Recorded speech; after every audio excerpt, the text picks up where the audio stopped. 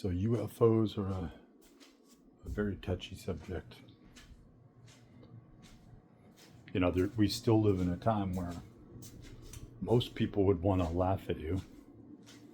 But then there's this whole collective of people who are saying either I'm an experiencer or I'm a highly educated paranormal researcher who had the fortitude to get on this whole thing way ahead of time, knowing that people are going to love reading this shit and love looking into it, pushing toward a disclosure, but repelling it and pushing it away at the same time, right?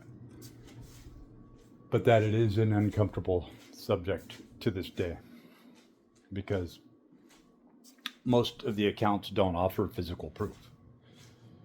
So it becomes imperative that physical proof is not only searched for, but cherished.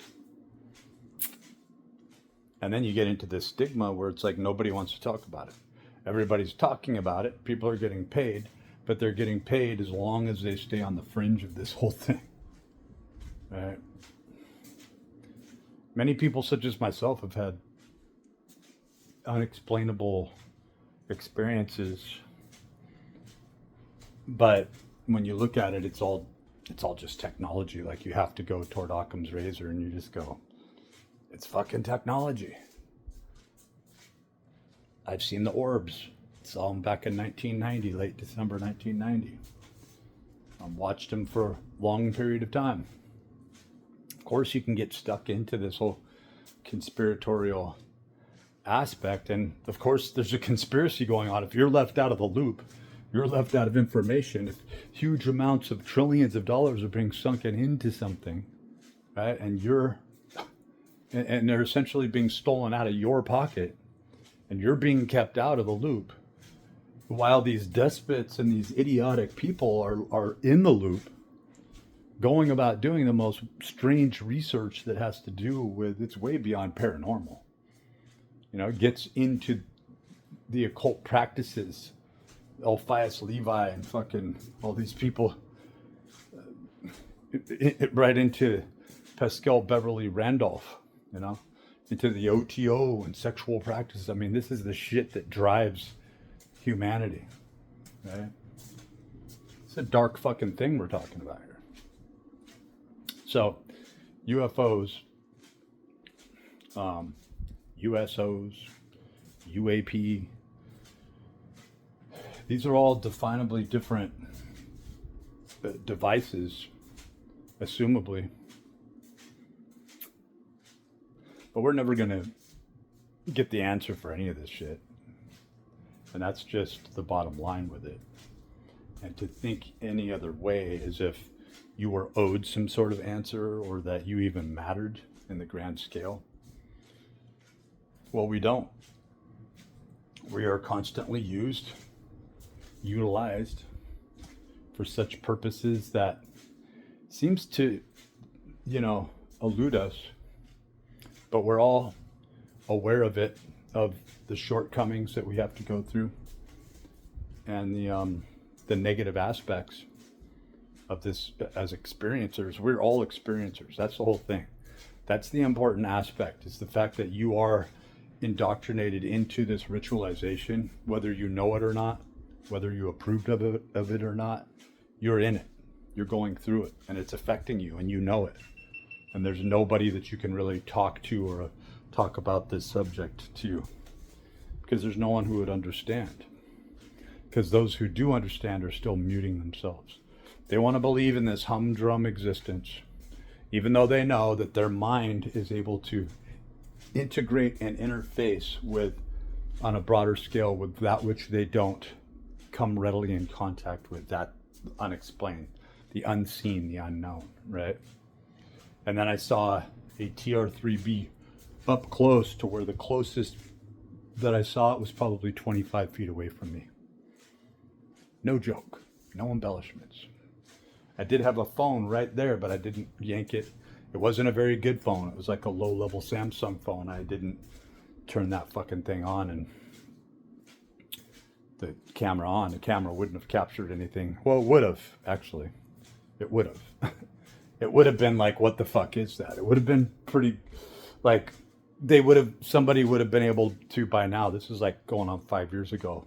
Been able to work with that footage, you know, just with heat signatures and looking at it.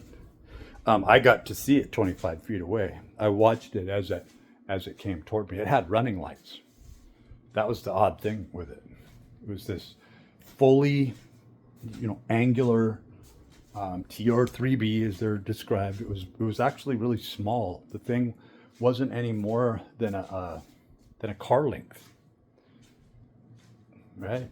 Maybe a small RV. And it had very sharp features. And as it moved past phone lines and moved at a very creepy, slow speed, it just banked around me, and I'm watching it going this way. I can still see it to this day. I mean, it was so clear. There was nothing obfuscating. There was no way I could forget it. And what I was looking at is, now I would probably call that thing a drone.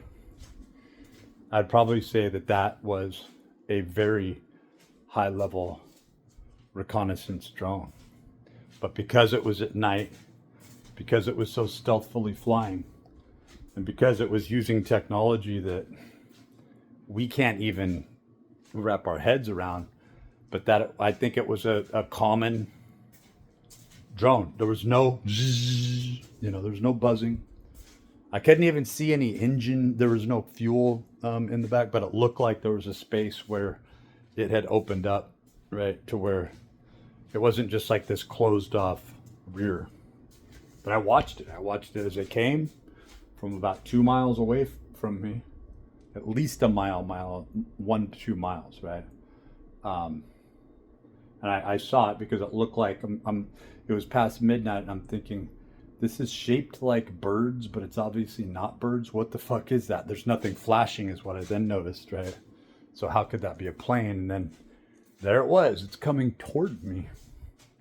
It's coming so toward me that I'm beginning to look at it, stare at it as it's moving toward me, very slowly, very deliberately. Sweeps. There's a house down here. There's telephone poles. There's trees. It creeps through and it banks off into this direction behind these fences. And I'll tell you, it was no more than 25 feet off the ground, 25 to 50 feet off the ground. Right? Was it something from China? Was it something, right? There's an Air Force base nearby that area. So I think it was, I think that even the orbs that I saw for over 20 minutes with a friend of mine that was a scientist, and we're watching this whole fucking thing, right? And then we think about localize what's going on with us in our lives as well, right?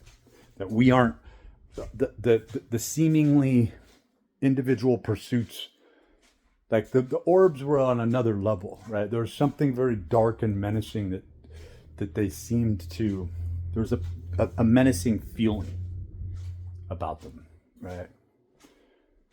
Maybe that's a strong term. There was a very cold feeling, right? A very cold feeling.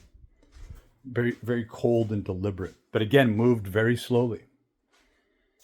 As if just taking data, collecting information.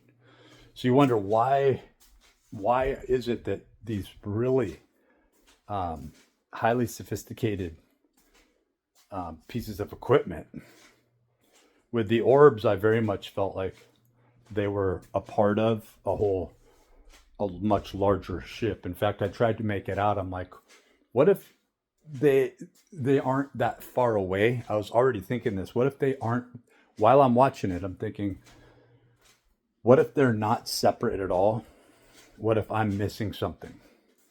Because I did notice a strange feature in the sky where the sky, a huge portion of the sky looked like the night sky, but there was just something about it that looked like it was much closer, like quite a bit closer than looking out into space, right?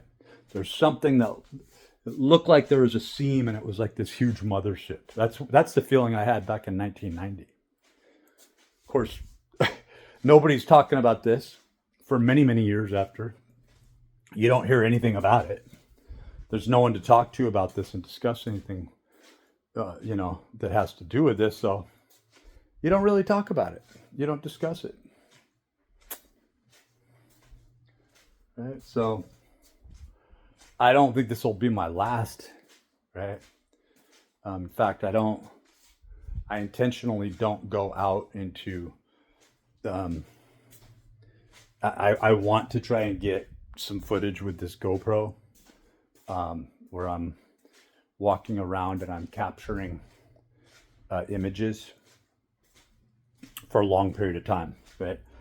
Through the day, into the evening, walking around at night, trying to capture some footage, going down by the beach, really trying to get out and exercising and moving, and fasting, walking, and improving myself, right? Working with my energy. So there'll be some really awesome camera footage coming up here just in the coming days, right? And we'll get a good routine where I'm training and playing guitar and getting this down, drawing and writing to where I'm not low on energy, and I'm also not missing out, having days where I miss out on being able to produce something, But I really want to know what the fuck's going on.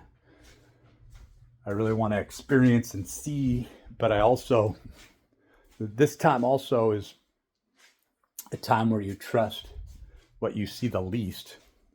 That is, when nothing could be cast toward explanation 30 or 40 years ago, right?